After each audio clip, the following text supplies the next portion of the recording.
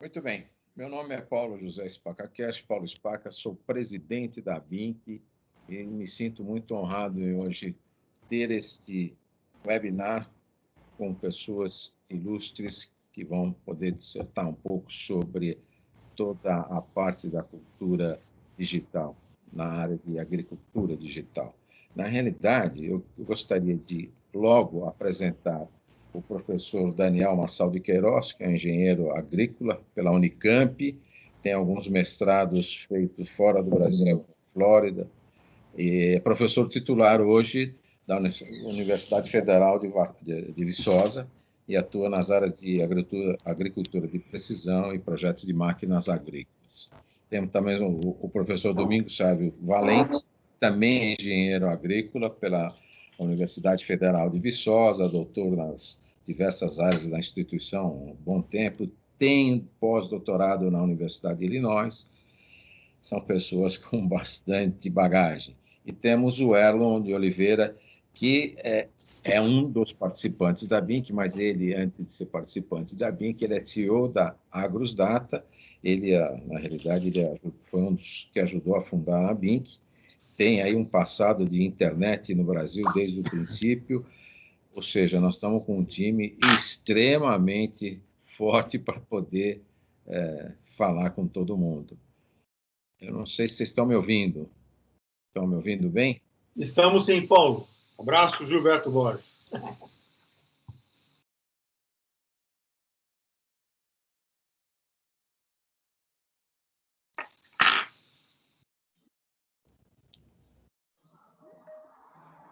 Está todo mundo me ouviu direitinho ou não? Sim, ouvi. Sim, ótimo. Sim, Paulo. Muito obrigado. Sim, perfeitamente. Boa Ótimo, tarde. muito obrigado. Boa tarde. Então, dentro desse cenário que nós estamos vivendo, de agricultura, que a gente deixou de falar de precisão e passou a ser uma agricultura digital, eu gostaria que o Erlon desse um recadinho, porque tem uma surpresa para todos os participantes no final do webinar. Você quer falar isso daqui já ou não, Erlon? Não, posso falar sim. Acho que até como. Eu acho que a surpresa vai ser muito maior do que a gente imagina. Você me ouve aí, Paulo? Paulo, você me ouve? Erlon? Oi, pessoal, está me ouvindo? Sim, estou ouvindo. Tá. Sim, estamos sim. Tá, Ok. Professor. Então, boa tarde a todos também. Acho que vou falar um pouco mais durante a apresentação sobre como um dos coautores do livro.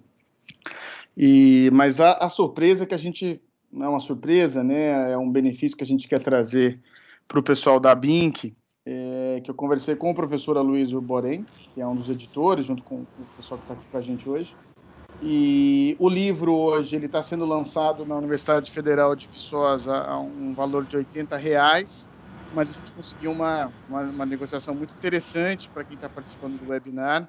E no final, no horário das perguntas, a gente vai passar aí os dados a todo mundo, de quem se interessar, obviamente, e vai se interessar, porque o livro está muito interessante, como faz e quais são as condições que a gente conseguiu lá diretamente com o professor Aloysio Borém para a aquisição desse livro. Então é isso, Paulo, o pessoal ficar com a gente e no final a gente divulga essas condições super especiais aí para quem participou do webinar da BINC. Muito bem. Vamos iniciar de uma vez. Eu acho que seria legal, professor Valente, iniciar a apresentação. Está preparado? Podemos começar? Podemos começar. Vocês querem que eu deixe a câmera ligada ou desligada? Você vai passar a apresentação, vai pela apresentação que é mais fácil, sabe? Melhor, né? Fica mais... E a imagem, só para o pessoal te conhecer, todo mundo já te viu. Veio todo penteado, né? Estamos aqui com a barba feita. É só tocar em direto. Vou desligar a câmera, então, e vou colocar minha apresentação aqui, ok? Posso começar?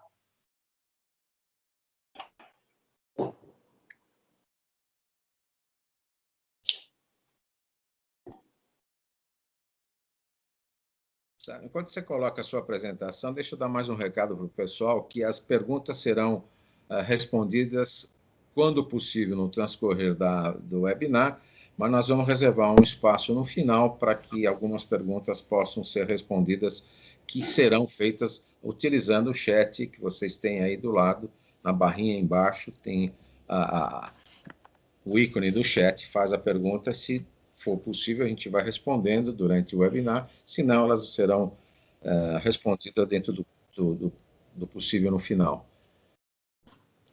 Ok. Paulo, você vê a minha apresentação? Está me ouvindo? Pode Paulo, tocar. Tá tudo bem, tá tudo bem. Está me vendo, né? Está vendo a minha apresentação. Bom, pessoal, primeiramente, gostaria aí de agradecer, né, em nome de todos os editores aí do livro e dos autores, né, que também participou aí, contribuiu com a gente, para a gente poder lançar esse livro. É um assunto multidisciplinar. Vou falar um pouquinho sobre agricultura digital. Eu não gostaria de estender muito, então a ideia aí é falar mesmo de forma mais introdutória sobre a agricultura digital e depois ter tempo para a gente poder responder algumas perguntas. Gostaria de agradecer, né, o pessoal da ABINC, em nome do Paulo, né, da Associação Brasileira de Internet das Coisas. Então, obrigado aí, Paulo, pela oportunidade da gente estar podendo fazer o lançamento do livro, ok? Bom, eu gostaria de fazer uma pequena introdução aqui falando da evolução da agricultura, né? Então, a agricultura, não num espaço de tempo muito longo, né? Eu posso dizer que talvez há 30, 35 anos atrás, era uma agricultura que dependia de muita mão de obra, né? Se utilizava aí de muitas ferramentas e muita gente. Às vezes se utilizava uma tração animal para tracionar aí uma determinada máquina, né? Para fazer um cultivo, uma adubação, coisa do tipo, mas ainda era uma agricultura mais rudimentar, que a força humana era muito necessária. E aí nós evoluímos, né? Nós saímos aí com o desenvolvimento dos tratores, né? Dos fertilizantes, dos corretivos. Então nós saímos aí para uma segunda fase da agricultura. Essas máquinas, elas evoluíram, né? Nós saímos aí de um trator com um motor de combustão interna, né? Desculpa, um motor de combustão externa, um motor a vapor, que tinha baixíssima eficiência. Às vezes esses tratores no início eles nem se transportavam para o campo, né? Tinham que ser tracionados por cavalos. E aí nós saímos desse horizonte, chegamos aí num trator de combustão interna, e hoje nós temos aí um trator de combustão interna mais eficiente, com rodados com pneus de borracha, né? Com mais velocidade, mais capacidade operacional. No entanto, as máquinas continuaram evoluindo, a eletrônica entrou pesado nas máquinas, a eletrônica embarcada, e hoje nós temos um computador aí com várias ECUs, né, centrais eletrônicas, computadores, né, que medem várias informações importantes para o operador da máquina e também das operações que estão sendo feitas, e essas operações são registradas e estão de frente para o operador, né, num painel do trator. Então, o trator acabou evoluindo muito. Essa máquina, hoje, ela anda sozinha pelo campo, né? Ela é uma máquina que tem um autopilot, né? A gente não precisa mais nem de pilotar, né? Em função aí também de ser impossível da gente conseguir pilotar uma máquina dessa, operar aí com linhas, com máquinas de 16 linhas de plantio, por exemplo, até 40 linhas de plantio. E às vezes mais que isso. Então, essa é uma agricultura que a gente chama de agricultura 2.0, né? É uma segunda fase da agricultura. Nós chegamos na terceira fase, a evolução continuou e ela partiu aí da introdução da modificação genética, com culturas muito melhoradas, inclusive culturas melhoradas para a gente melhorar a prática agrícola, né? Através da utilização das próprias máquinas, fazendo um cultivo de forma diferenciada. Então, antes a gente fazia aí um cultivo que era chegar a terra no pé do milho. Hoje a gente faz um outro tipo de cultivo, um cultivo químico, e que não há mais tanta necessidade de trânsito de tantas máquinas e mesmo de uso de mão de obra, tá? E agora nós estamos vivendo uma verdadeira revolução, transformando isso tudo que a gente já viu em uma agricultura que a gente chama de agricultura digital. Ou seja, tudo está sendo digitalizado, né? Tudo indo para o computador. E começou, né? Isso começou lá com a introdução do GPS, né? Quando foi possível a gente já referenciar dados, isso começou com a agricultura de precisão. Então, através da introdução do GPS nas máquinas, nós pudemos aí fazer o que a gente chama de mapas de produtividade, pudemos coletar dados de solo, georreferenciar esses dados de solo. Mais recentemente, estamos utilizando aí drones, né? E essas informações geram, esses dados, né, geram para a gente, aí, depois de um processamento, várias informações. Então, gera para a gente o que a gente chama de mapas, né, mapas de variabilidade espacial. Então, eu tenho aqui, por exemplo, um mapa de variabilidade espacial de produção. E, com base nessa variabilidade espacial, a gente pode fazer alguma recomendação à taxa variável. Então, eu posso colocar, por exemplo, o adubo no local certo, na hora certa. E a gente define a agricultura de precisão como um ciclo, né? Então, após fazer essa intervenção, né, através dos dados que a gente coletou, a gente novamente coleta os dados de produtividade e avalia essa qualidade. Como que foi essa intervenção? Como que essa intervenção que eu fiz modificou a minha produtividade ou a minha qualidade, né? A gente pode estar falando de uma cultura que a gente está interessado, às vezes, em qualidade, por exemplo, uva, ou uma fruta, né, o café, por exemplo, e aí a gente volta novamente no ciclo e novamente a gente fica aqui como se a gente estivesse fazendo aí uma ciência dentro da própria fazenda, né? Ou seja, a fazenda se transformou numa área experimental. Isso tudo, né, cresceu muito. Isso cresceu a ponto de hoje, né, essa máquina não somente armazena os dados de produtividade, mas vários outros dados, né? Antes, então, a gente estava interessado em um mapa de produtividade que a máquina coletava, a gente pegava esse dado, transportava esse dado até o escritório e lá a gente começava o processamento desses dados para a gente verificar como que foi a produtividade. Mas isso avançou, né? Isso avançou com a introdução aí da conectividade no campo. As máquinas não só mais enviam, então, os dados de produtividade ou da dosagem de semente que foi colocada ou a dosagem de adubo. Isso é enviado em tempo real para a fazenda. Da fazenda, isso vai para a nuvem e o produtor, o gerente, pode acessar esses dados de qualquer lugar do mundo, né? E não somente esses dados, mas dados, por exemplo, dados meteorológicos, pode ser distribuído aí ao longo da área e a gente pode ter um conhecimento muito maior da informação meteorológica, né? O local que choveu, por exemplo. Isso tudo começa a ir para a fazenda, gerando aí várias informações. E, além disso, a gente tem informação não só da máquina, né, de sensores meteorológicos, mas também de diversos outros sensores, né? Então, a gente tem aí os sensores acoplados aí em animais, a gente vai ter, então, a conectividade, a gente vai ter a internet dos animais, da mesma forma, eu vou ter a internet do solo, internet das plantas e internet das máquinas.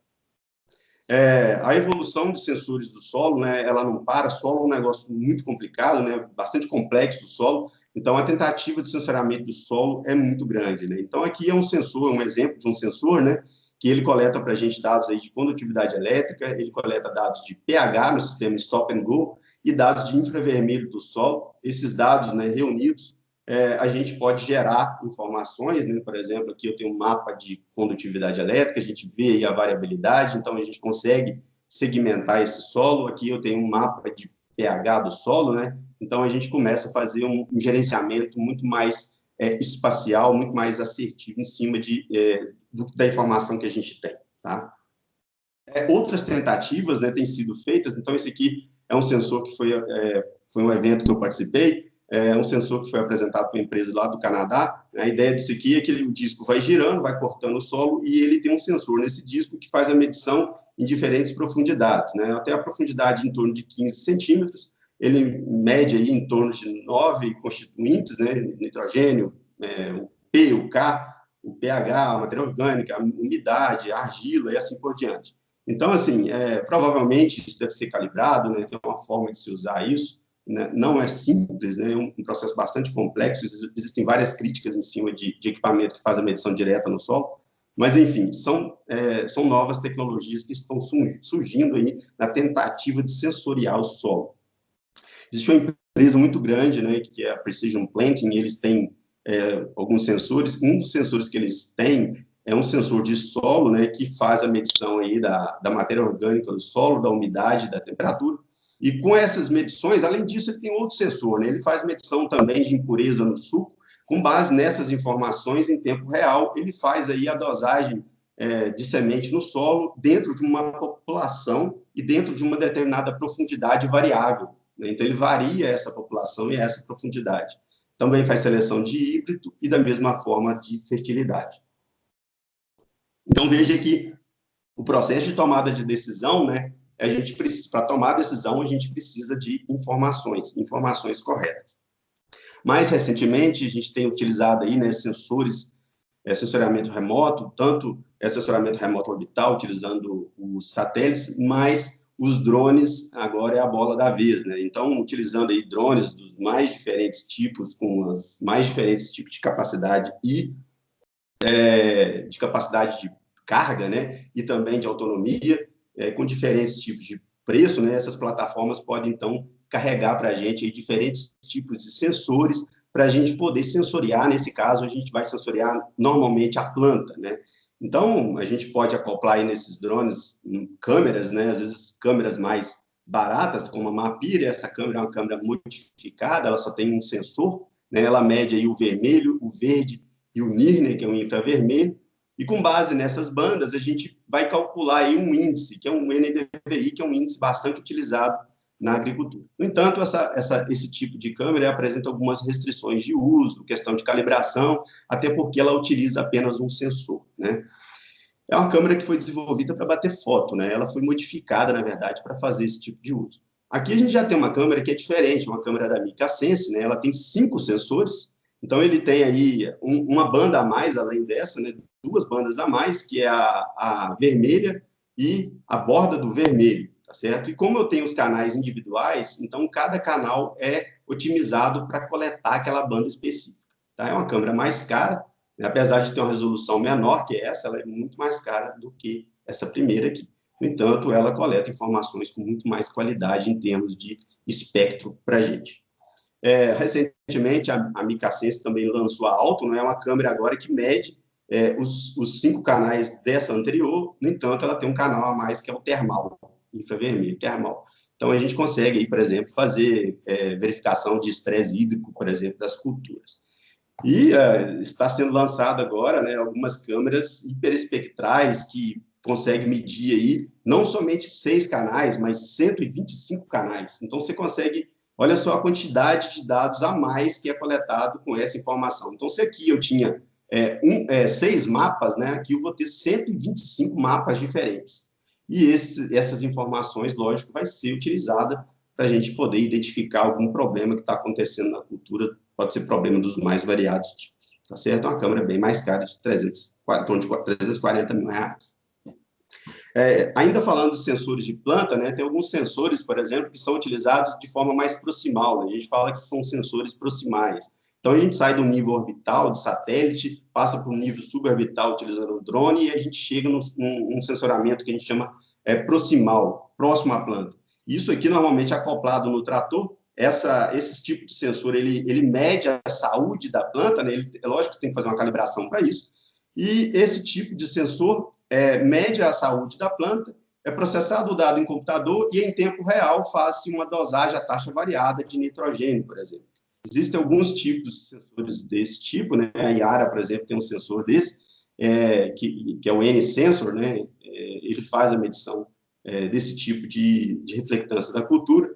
Eu estive num evento na Alemanha recentemente, Agritécnica, né, em Hannover, e a Case IH apresentou esse sensor, tá certo? É um sensor também acoplado na máquina, e ele vai ser tracionado lá pelo campo, fazendo também essas medições. Aqui não é medição de NDVI, é outro índice, tá? Agora eu não me lembro o índice que eles fazem a medição aqui.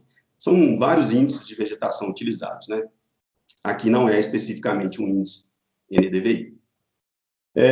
E também nesse evento a gente pôde verificar a explosão da robótica na agricultura. Então, a robótica agora vai vir forte e com a ideia de coletar dados e também executar tarefas no campo. Então, aqui não podemos falar nem que é um robô, né, mas é um trator autônomo para fazer pulverização. Então, anda sozinho pelo campo e enviando informações em tempo real lá para o escritório, através da conectividade. A gente tem um outro aqui que é um trator de cultivo, né, da John Deere, também um trator autônomo. E tem máquinas, né, que são robôs para fazer cultivos, né? São máquinas menores, mais preparadas para cultivo. Então, tem todo o sistema de de processamento de dados aqui, visão artificial, para identificar a planta daninha, por exemplo, e fazer o cultivo, o corte daquela cultura, né, com a entrada aí de questão do orgânico, esse tipo de máquina é muito necessária no meio rural. Tá? E tem outras propostas, por exemplo, a Bosch tem uma proposta que é a plataforma robótica, em que você pode trocar a ferramenta, né? Então, seria a mesma ideia do computador, né? Você compra um computador e faz diferentes tipos de software para ele. Então, aqui a gente teria como tirar, né, a carcaça aqui e colocar aqui dentro uma outra ferramenta. Então, aqui a gente tem uma ferramenta que mede, por exemplo, um índice de cone do solo. Aqui nós teríamos uma outra ferramenta que faz eliminação de planta daninha através de uma câmera, através de visão artificial. Tá? Existem já propostas são robôs mais compactos, né? Esses robôs mais compactos, esse robô que eu acompanhei até o desenvolvimento dele na Universidade de Illinois, né? Eles imprimiam esse robô todo na impressora 3D, para vocês terem uma ideia. Então, ele é todo sensoriado, né, com sistema LiDAR, câmera e GPS, e tem câmera aqui do lado também. O que esse robô faz? Né? Ele tem um sistema de direcionamento, que ele vai andar sozinho pelo campo, e ele faz medições, né? Vocês estão vendo aqui um vídeo passando, essas medições, na verdade, são medições da cultura. Mas para que serve isso? Bom, isso aí agiliza muito o processo de medição para melhoramento genético. Então, a agricultura digital ela tem uma importância muito grande no melhoramento. Por quê? Porque a avaliação no melhoramento é extremamente complexa, com várias variedades que a gente tem. Isso tem que ser feito, às vezes, de forma manual, com prancheta, e às vezes, de forma muito subjetiva. E quando você torna isso um processo mais objetivo e mais mecânico, deixa de dar aquele trabalho todo e as medidas são mais concretas. Tá? Então, a gente acaba tendo valores menos subjetivos. Então, acaba ajudando muito aí no processo de fenotipagem. Então, para finalizar, né, qual que é a tendência que a gente tem agora? Né? Agricultura digital, uma robotização muito grande, desenvolvimento de vários tipos de sensores, né? Esses sensores conectados, né? E aí a gente vai ter o processamento desses dados em nível de nuvem, e esse processamento de dados, lógico, é dado que a gente chama aí de Big Data, né? E se a gente não tiver aí um sistema de processamento com inteligência artificial, a gente não chega em lugar nenhum. Então, a inteligência artificial vai atuar pesado em cima do processamento desses dados para a gente gerar informações e gerar conhecimento para a nossa agricultura. Tá, pessoal? Então, é isso. Foi uma apresentação meio corrida, né? O nosso tempo é curto, então eu espero que não tenha passado muito do tempo aí. Ok? Muito obrigado. É isso. Deixa eu tentar parar aqui minha... Excelente apresentação. Foi muito bom. Eu acho que, dando continuidade, o professor Daniel agora vai mostrar o que esse livro traz de cima dessa apresentação que você fez, Valente. Então, professor Daniel, esteja à vontade, a palavra é sua.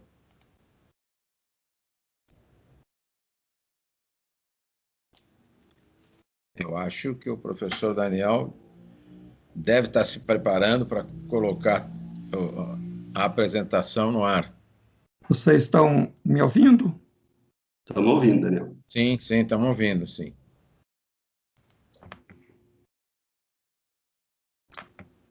Estão vendo a minha tela?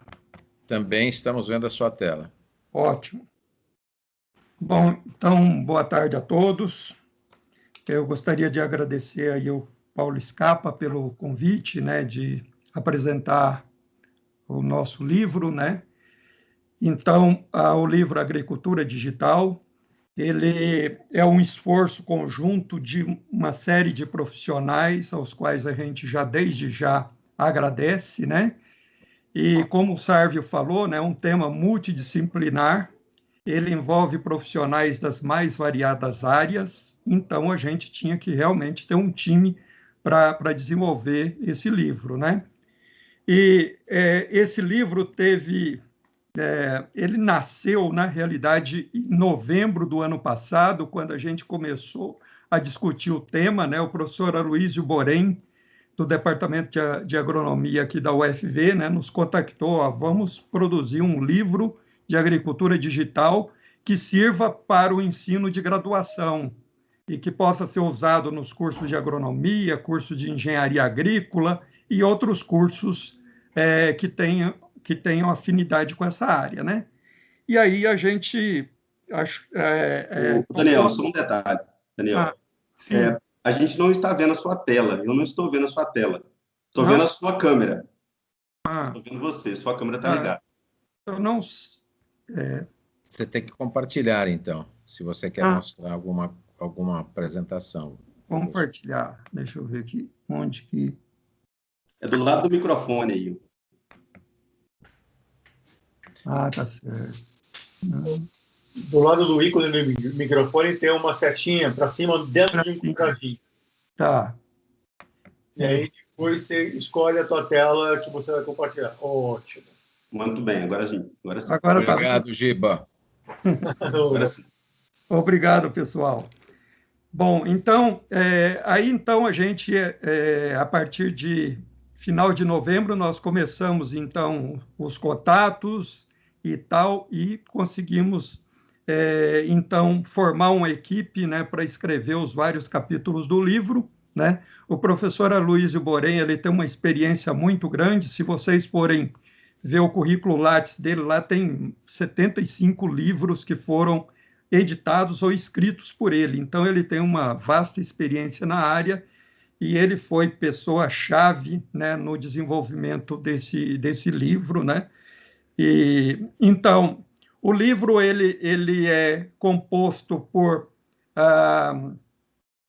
16 capítulos e um capítulo extra, que é um glossário na área.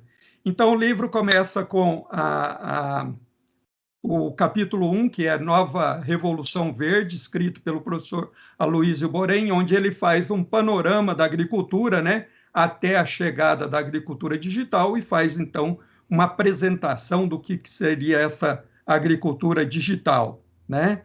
Depois nós temos um capítulo sobre a questão de sistemas de localização por satélites, né, os GNSS, que nós trabalhamos tanto na agricultura de precisão e agora é ferramenta fundamental aí na agricultura digital.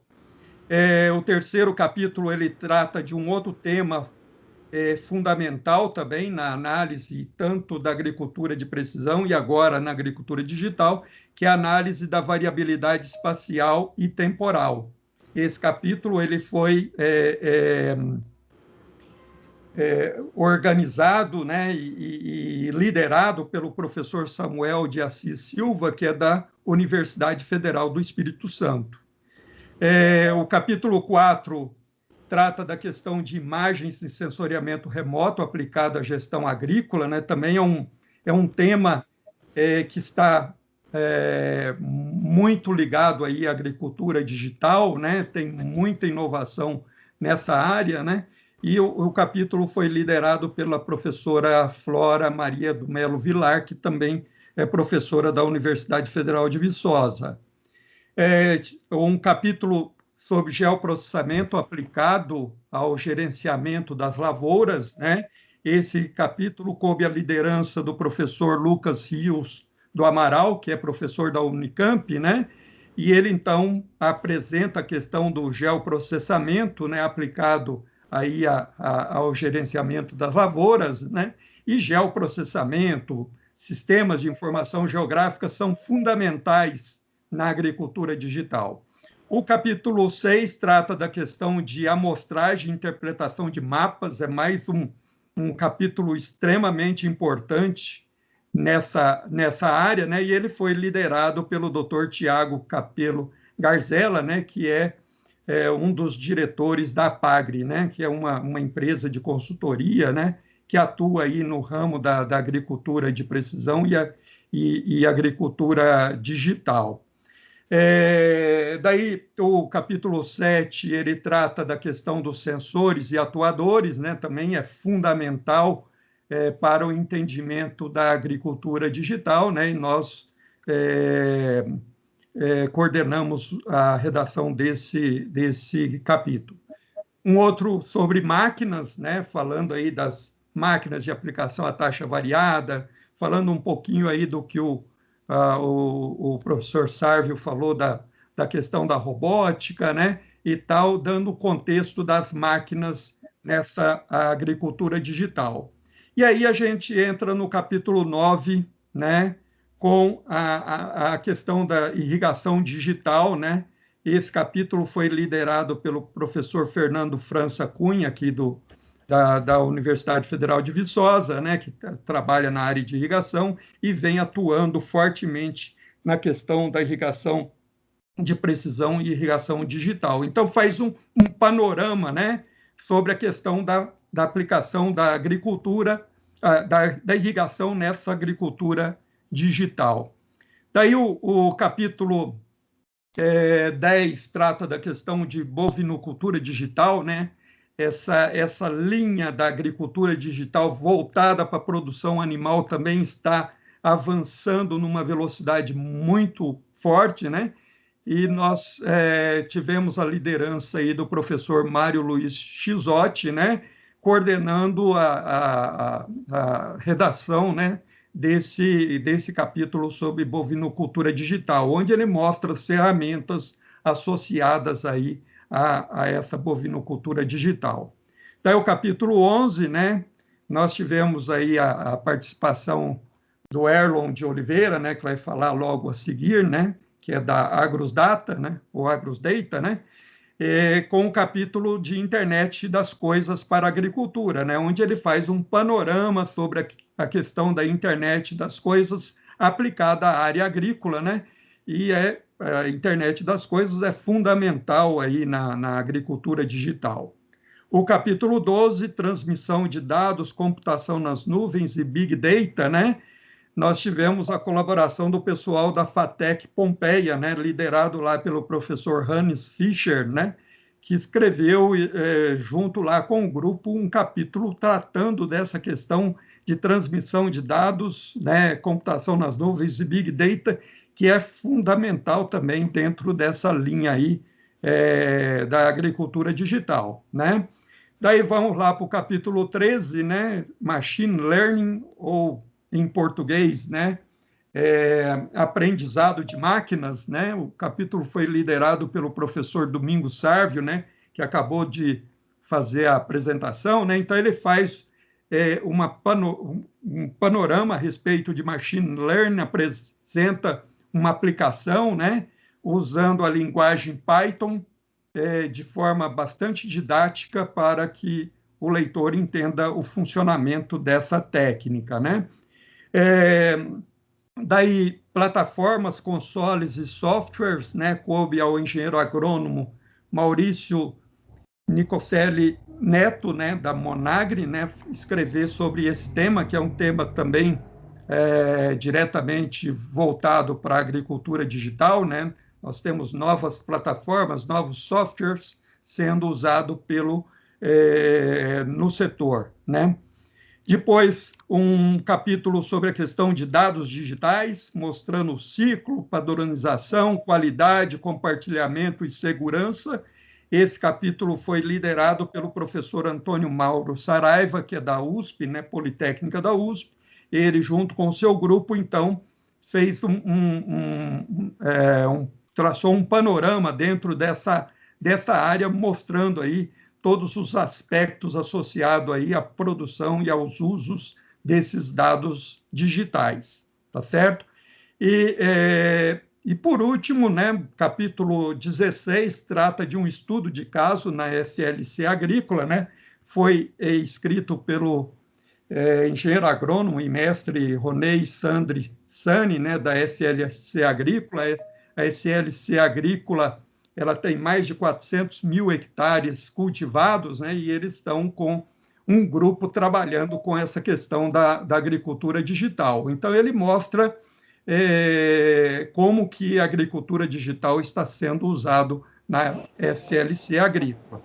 E depois, então, um glossário, né, onde é apresentado os principais termos, né, e definido esses termos, tá certo? É um livro que nós imaginamos que para ser usado no ensino, tá certo? Mas também um livro que serviria para ser utilizado, né, para os profissionais que estão no mercado e que queiram entender um pouco melhor do que é essa agricultura digital, tá certo? Então, com isso, a gente encerra a apresentação. Eu gostaria de, mais uma vez, agradecer muito ao time que topou escrever esse livro com a gente, os autores e coautores dos livros, assim como a equipe de editores, né, o Domingos Sárvio, o Francisco de Assis, o professor Aloysio Borém, né, todos aqui da Universidade Federal de Viçosa, que topou, né, essa tarefa de escrever esse livro, né? Então, muito obrigado a todos. Eu acho que é um trabalho importante, né? E que todo mundo teve que dedicar muito tempo aí para poder produzir um texto em tão pouco tempo. O livro, então, está à disposição na editora UFV, né? Está o endereço aí, www.editoraufv.com.br. E com isso, então, a gente fecha a nossa apresentação e muito obrigado a todos. Professor Daniel, excelente apresentação e muito claro do que foi feito para se produzir esse livro com pessoas fantásticas. Olha, muito bom, muito, assim, parabéns mesmo para a iniciativa. E, como eu disse, no final nós vamos ter uma surpresa, por isso que agora eu passo a palavra para o Erlon. E, antes disso, Erlon, desculpa, só queria lembrar o pessoal todo, cuidado com os microfones abertos, que acaba interferindo na apresentação do pessoal. Erlon, é com você. Coloque a sua parte de IoT, que faz parte do livro, e conte o segredo que você tem para o final da apresentação desse webinar. Boa sorte, vai firme, com você. Bom, pessoal, obrigado aí pela presença de todos. Acho que eu queria falar um pouco do desafio que é você escrever um texto, né? A gente está muito ligado na ABINC ao profissional, ao dia a dia, né? Ou até mesmo ao hobbyista, né? Mas esse público, né, conversando com o professor Aloysio Borém no começo do projeto, ele é um pouco diferente. A gente tinha que criar um conteúdo que efetivamente tivesse entregas desde o estudante, porque esse livro ele vai ser adotado nas principais universidades e cursos do Brasil, então não pode ser nada muito técnico ao extremo no começo. E quando eu digo técnico, obviamente não estou falando da seara dos nossos companheiros aí, professores, né? Conhecimento empírico, científico, extremamente rebuscado na área, mas conhecimento técnico de tecnologia. Eu sou um ser diferente no mundo das agritechs ou agritechs aqui no Brasil, porque eu já vim, quando eu caí aqui, né, e eu já caí com essa mentalidade de Big Data e Machine Learning, etc. Até conto uma história, né, que eu liguei para o Romeu Kiel, que é um parente nosso, a nossa família, que é o pai da soja, né, lá da Embrapa, e fiz algumas perguntas para ele de Machine Learning, de exposição de plantas. Ele não entendeu bem, mas falou, vai em frente. Acho que o desafio foi, justamente nesse capítulo, falar de internet das coisas de uma maneira que você consiga ter um espectro muito grande, né? Do estudante de agronomia que não entende nada de tecnologia, ou não conhece nada de tecnologia. E quando a gente fala de tecnologia, a gente está falando novamente de protocolos de rede, protocolo de comunicação, quer dizer, esse universo do device, da coleta do dado. Então a gente aborda, né, inclusive a história, né, do IoT. Até costumo dizer que o IoT ele começou antes da internet dos humanos. Se a gente for olhar na linha histórica lá, esqueci o nome do cara que ligou a cafeteira lá, então ela existe efetivamente antes do www, você conectar coisas, né? E depois passou pela descrição, acho que de todo um ecossistema, que o IoT ele não é estanque, né, a tecnologia, ele depende de um ecossistema muito grande. Então a gente está falando de I3E, a gente está falando de fabricantes de software, de hardware, as alianças, né? E aí a ABINC, eu conto um pouco da história da formação da ABINC, né? Ela se deu por isso, não sei se todo mundo aqui sabe, mas há um problema de espectro em relação à rede de internet das coisas no Brasil, na Argentina e na Colômbia, e houve uma ocupação desse espectro por parte de algumas operadoras. Então teve que para que standard que o Brasil seria enquadrado, nós acabamos nos enquadrando no standard da Austrália, que é 915 a 928. Isso é muito importante para os fabricantes de fora. E isso é um pouco dessa coisa justamente da construção da solução, né? Eu acho que o IoT, como que ele se confunde com a computação pervasiva e como que ele se configurou como um fornecedor, né, a base do fornecimento de dados, não só para a agricultura, mas para todos os outros cenários do cotidiano da vida. Então, a ideia justamente foi e um pouco de plataforma, quer dizer, a gente está construindo isso, né? Como é que eu pego esse dado? Eu costumo falar de protocolo de comunicação de transporte de dados. Por exemplo, o próprio MQTT, aqui tem muita gente da área de agricultura e eu quero que vocês lembrem como era lá as estações há 20 anos, 30 anos, 10 anos atrás, né, que você tinha protocolos DG12, protocolos proprietários e com data logger, né? Então, às vezes, quando eu comecei há 4, 5 anos atrás a colocar as nossas estações que já falavam MQTT, ou seja, se você, o seu pacote já sobe MQTT, você pode enviar ele para qualquer plataforma, né? Azure, AWS, SAP, enfim, uma infinidade, Tago, e tratar esse dado, né, de uma maneira muito barata. Então, acho que esse é um tipo de revolução que vale a pena entender, né, um pouco do protocolo de comunicação.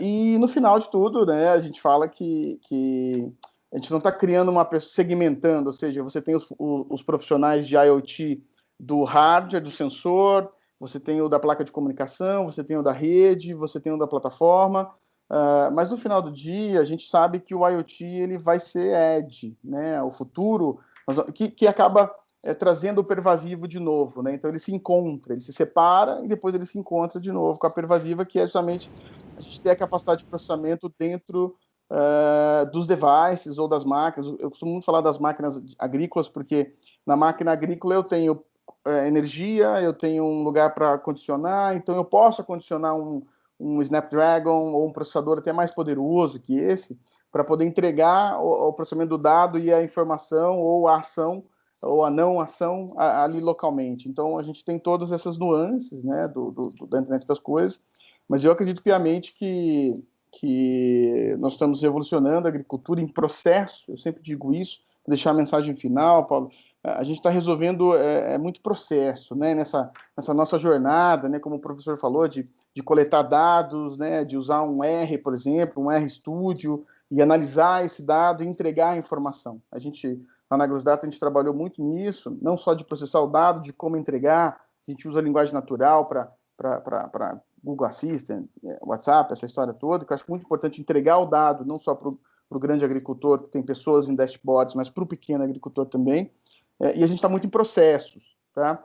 E eu vejo uma agricultura digital já monitorando condições microclimáticas, fito, etc., mas a gente já vê num horizonte curto aí de 2, 5 anos a utilização de High Performance Computing na agricultura. Então, porque agora a gente tem os dados, né? Seja os dados de locais, microclimas, de máquinas, para criar o que eu estou chamando, e outras pessoas talvez chamem, mas que é o Software Defined Agriculture, né? Para quem não gosta de inglesismos, é basicamente uma agricultura baseada em software, ou seja, a gente consegue compreender o ambiente, alimentar esse High Performance Computing, e ele vai designar a gente está falando de CRISPR, a gente está falando, vai designar uma variedade especificamente para aquele lugar, é como se a gente trocasse os cartuchos, né? Por isso que é Software Defined Agriculture. Então, a gente está no começo da jornada, e o IoT, o que a gente está fazendo agora é desbravar, né? É trazer essa quantidade muito grande de dados. Isso é novo, né? A gente ter, nós como coordenadores, eu coordeno um time de Data Science só para a agricultura, tanto na agricultura como no environment, por exemplo, agora. Então, a gente não estava acostumado, os profissionais não estavam acostumados a ter essa quantidade tão grande de dados, e ter esse olhar analítico e começar a extrair a informação, né? Então, a gente mal começou e a gente já vai ter que dar um outro salto depois, que é o salto que eu acredito do High Performance Computing, que é o último salto para mim, né? De a gente realmente impactar numa agricultura sustentável, com segurança, e no fim do dia a gente quer dar mais lucro. A gente não pode esquecer, né? Mesmo no IoT, mesmo a gente que está aqui, que no fim do dia a gente está aqui para dar lucro para o produtor, né? E garantir a segurança alimentar. Nunca perder de vista, né? E às vezes a gente se perde, né? Nós mesmos de tecnologia, dentro do meandro da construção da solução, e esquece o objetivo final. Acho que o objetivo final é justamente esse, né? Então, era essa contribuição. Foi agradecer também os professores, agradecer ao professor Luiz Oborem. Foi uma uma jornada difícil, né? Escrever um livro dói, né? Quem escreve sabe disso, né? Realmente é uma tarefa que você tem que ser perfeccionista, enfim, essa coisa toda. Então, agradecer ao pessoal também, agradecer a BINC pelo espaço para a gente. A BINC é hoje um dos fóruns mais interessantes de IoT do Brasil.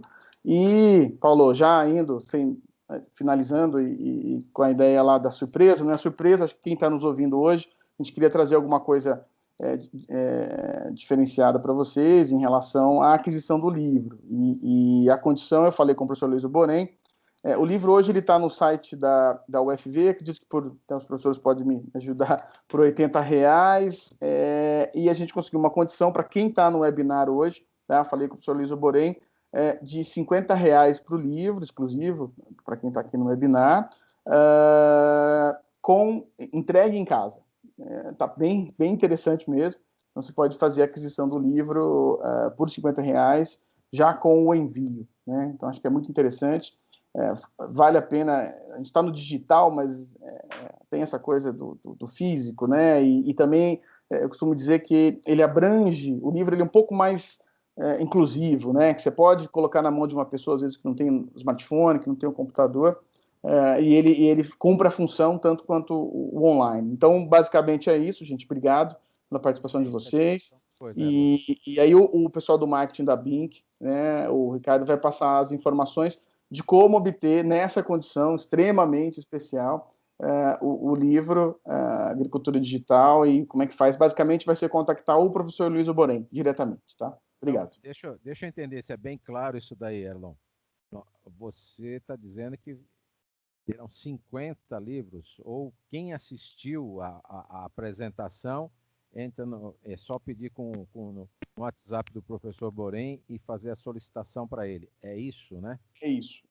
E o valor é de R$50, já com envio. E já com o frete incluído. Isso.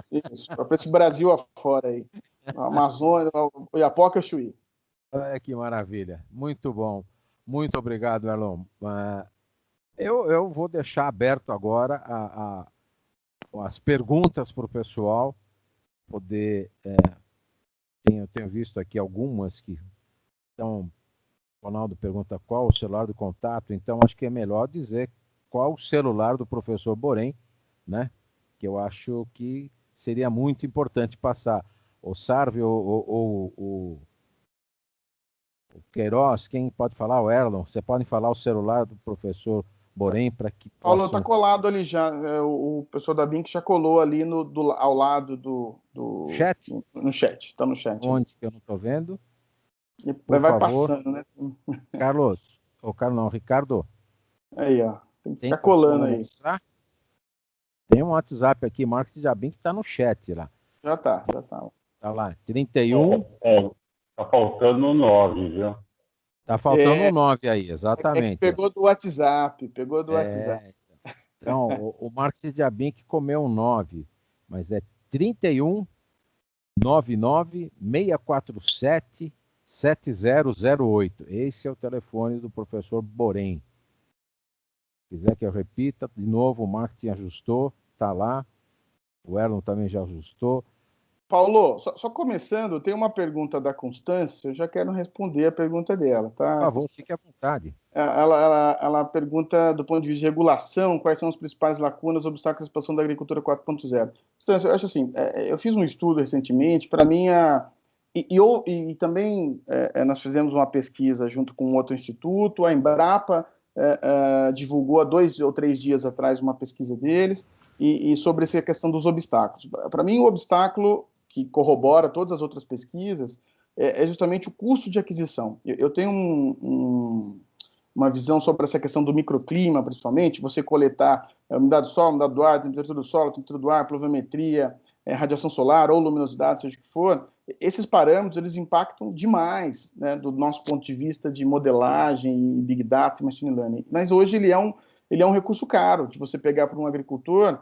Ele tem dois viés. Um viés que é caro o equipamento, e caro a gente está falando de R$1.000, R$2.000, R$3.000, R$4.000, R$5.000, e também o manuseio desse hardware ele é um pouco complexo, ou seja, você não não é muito plug and play, você tem que ter um integrador envolvido, então não é algo que o agricultor vá lá na casa de agricultura e compre e saia falando. E ele tem essa questão do custo. Então, para mim, ainda, e as outras pesquisas também, a expansão massiva que a gente está falando da agricultura 4.0 é justamente o barateamento e ou financiamento dos equipamentos de aquisição. E aí entra no ponto principal da sua pergunta, que é de regulação, né? Eu não sei se regulação, você quis dizer a parte de política pública, mas eu acho que a gente precisa de um pouco mais de olhar do mapa, do MCTIC, enfim, para essa questão do incentivo à aquisição de dados, de incentivar o agricultor. A gente ainda está falando se o agricultor vai receber alguma coisa por crédito de carbono, manter mata nativa, APP, área de reserva, seja lá o que for.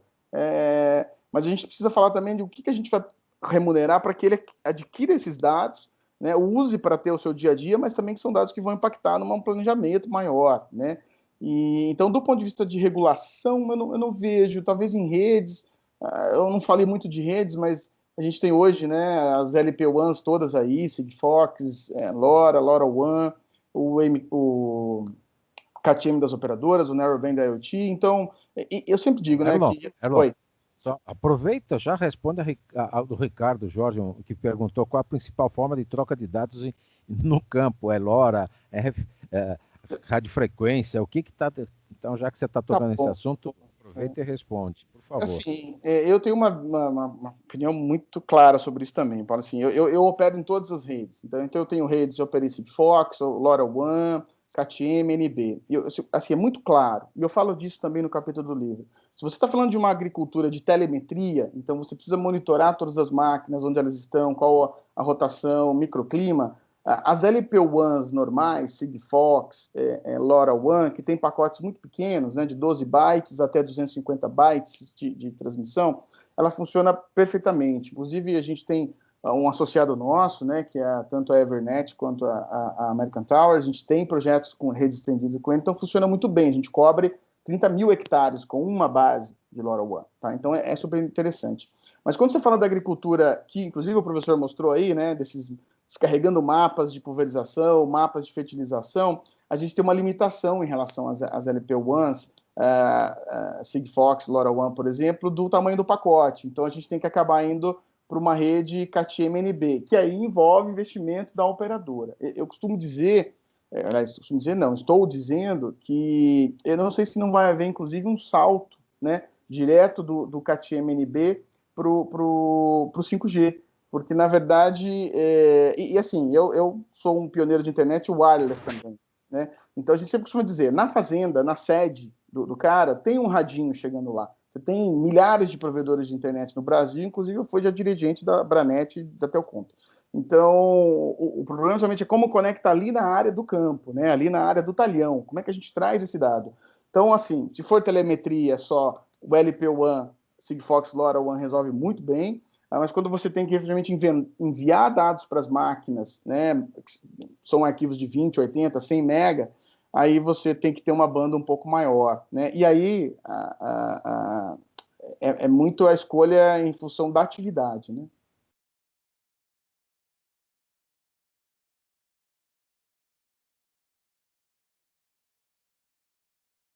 Vamos lá, Paulo, pode ir para a próxima. Não, achei que você tinha parado. Não, eu até complemento nisso que você está falando, de toda essa parte de conectividade no campo, de busca de dados, é uma coisa que está vindo aí pela frente, que são as constelações de satélite, de nanosatélites que estão chegando, que vão cobrir essas grandes áreas agrícolas, mas isso é uma coisa que dá para vir aí, para ver para frente. Aí o pessoal pergunta se existe algum estudo, se existe alguém estudando a qualidade dos sensores que estão no mercado.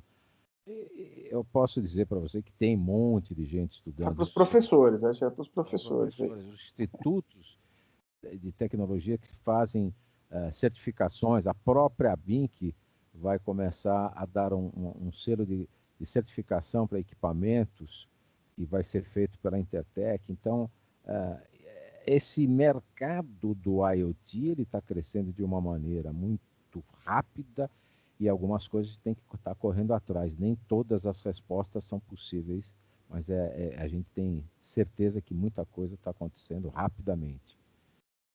É isso aí. O Sávio está querendo fazer alguma pergunta, alguma colocação a mais?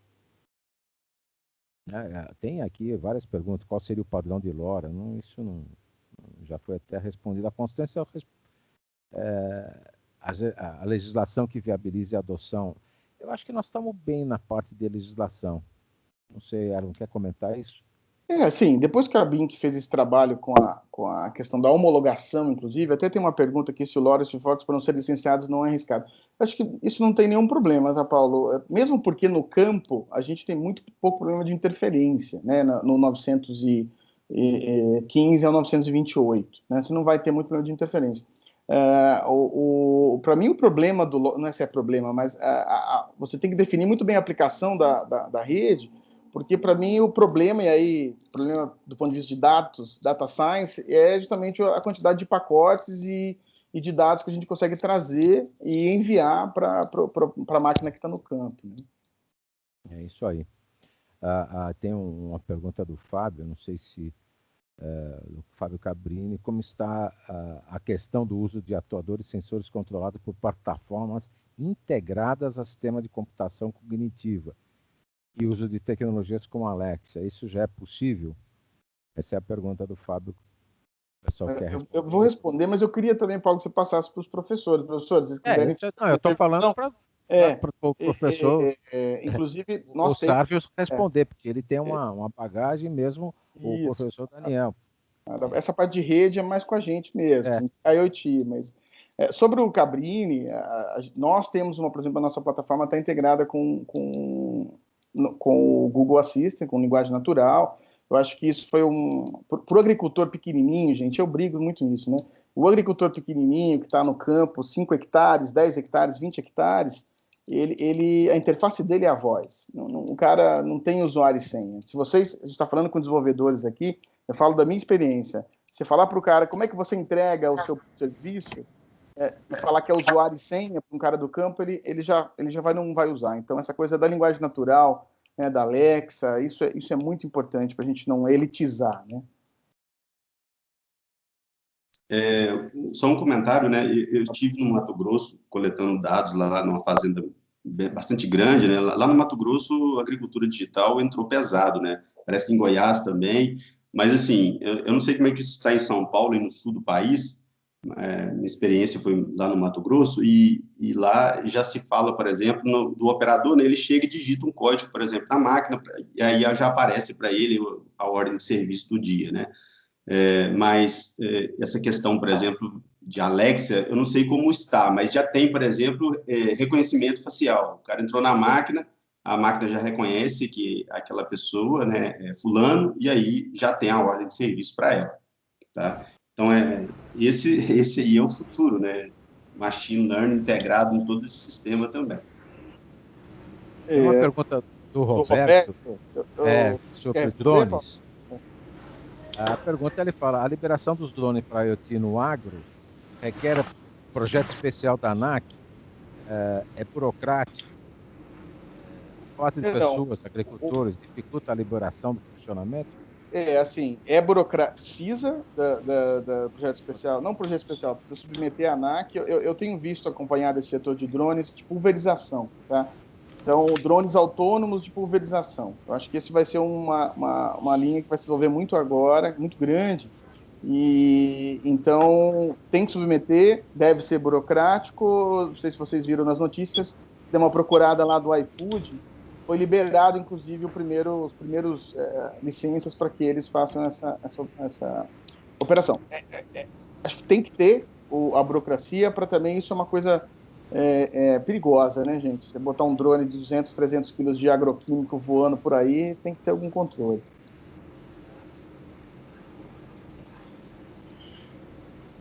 Acho que era isso, né, Paulo? Vamos terminar em cima, britânico?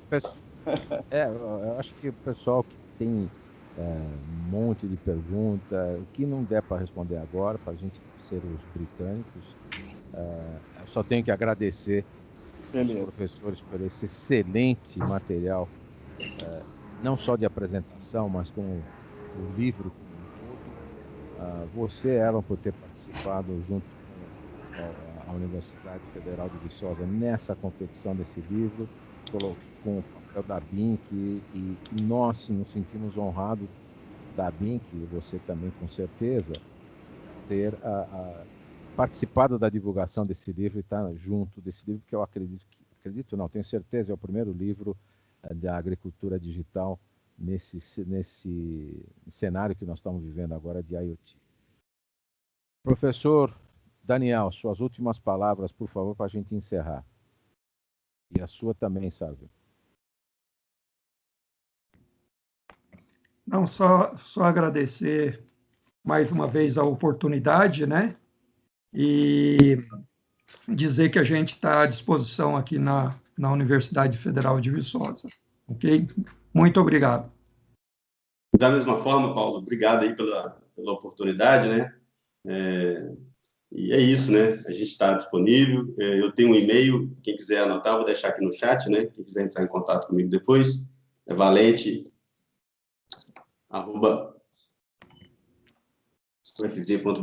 Então, quem quiser entrar em contato com a gente, pode ficar à vontade.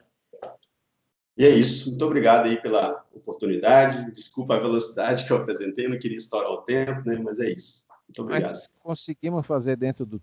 Tenho certeza que todo mundo saiu com um gostinho de quero mais. Eu acho que isso é bom. Significa que nós nos responsabilizamos de preparar um novo webinar para falar sobre esse tema de agricultura, que ele é fascinante, tenho certeza. O pessoal que está nos ouvindo até agora, agradeço por vocês estarem conosco. Essa apresentação foi inteiramente gravada, estará no site disponível em breve. Então, mais uma vez, agradeço a todos. Erlon, só as palavras finais, tem alguma coisa? Não só agradecer mesmo os professores aí, né, pelo trabalho, foi um trabalho de equipe incrível, e dizer que justamente, acho que fica o convite já aqui para vocês dois, né, os professores, para a gente focar em um outro webinar, para a gente abrir um pouco mais de espaço, tá, e aprofundar um pouco mais no assunto. A gente marca e avisa todo mundo. Pode deixar. Um abraço. Obrigado. Beleza. Obrigado. Mais uma vez, muito obrigado. Uma boa noite a todos. Boa tarde, né? Estamos 5 horas da tarde. Até a próxima. Muito obrigado. Até mais. Beleza. Um abraço. Boa tarde. Parabéns. Obrigado.